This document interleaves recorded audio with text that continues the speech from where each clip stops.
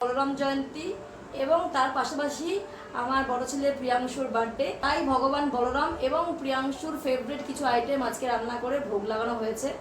তো প্রথমেই ছিল রাইস। আচ্ছা, রাইসের সঙ্গে আছে শাক ভাজা, আর আছে 5 রকমের ভাজা, এছাড়া আছে লুচি, লুচির সঙ্গে ঘুগনি, আর আছে পনিরের কালিয়া, আর হচ্ছে গিয়ে একটা পিৎজা, আর হচ্ছে গিয়ে মোমোজ, আর বলরামের ফেভারিট এই যে মিচিরি মাখন সন্দেশ, এছাড়াও ছিল পায়েস আর 5 রকমের ফল। মোমো আর পিৎজা এগুলো হচ্ছে গিয়ে প্রিয়াংশুর ফেভারিট। প্রিয়াংশুর জন্মদিন উপলক্ষে ওর ফেভারিট কিছু দেবো না তা তো হয় না।